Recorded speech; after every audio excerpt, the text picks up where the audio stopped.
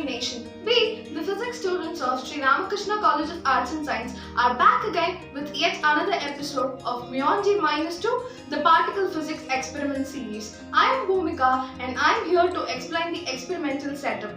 The previous episode, Satish had explained about the standard model. If you haven't watched it already, go check out the second episode of this series. And now, let's hop into the third episode. Before going to know about the experimental setup of Muon G-2, we want to understand what particle accelerator is. A particle accelerator is a device that produces a beam of fast-moving electrically charged particle which are known as subatomic particle. Generally, the accelerators are used for radioisotope production, industrial radiography, radiation therapy and sterilization of biological material, etc. But the largest version of accelerators is used to accelerate or generate high energy subatomic particles, that is known as particle accelerator. So the particle accelerator has the three main principles. They are: it must have a source that generates electrically charged particles. All accelerators must have electric fields to accelerate the particles, and they must have the magnetic field to control the path of the particle. And finally, the particle must travel through vacuum. Have you guys heard about the Large Hadron Collider, the LHC? It is the world's most powerful and largest particle accelerator, and it consists of 21 kilometers ring of superconducting magnets with a number of accelerating structures to boost the energy of particles along the way.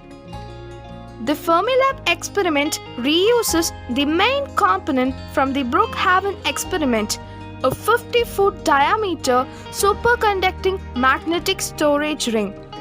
In 2013, it was transported 3,200 miles by land and sea from Long Island to the Chicago sea suburbs.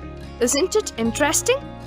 With the help of this superconducting magnetic storage ring, scientists could take advantage of Fermilab's accelerator and produce the most intense beam of muons in the United States. You guys might think now, how are these muon particles are generated? So, the muon collider will generate the muon particle.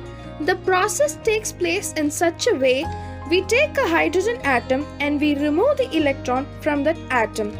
First of all, a hydrogen atom consists of a proton and an electron. So, when we remove the electron, the hydrogen atom becomes a proton. So this proton particle, when it is exposed to the electric field, it gets high energy, so that it becomes a high energy proton. When this high energy proton is collided with the nucleus of carbon, beryllium or lithium, it transforms as another particle called pion.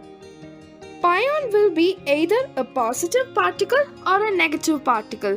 So, this pion particle in vacuum at a time period of 26 nanoseconds, it decays and becomes a muon particle.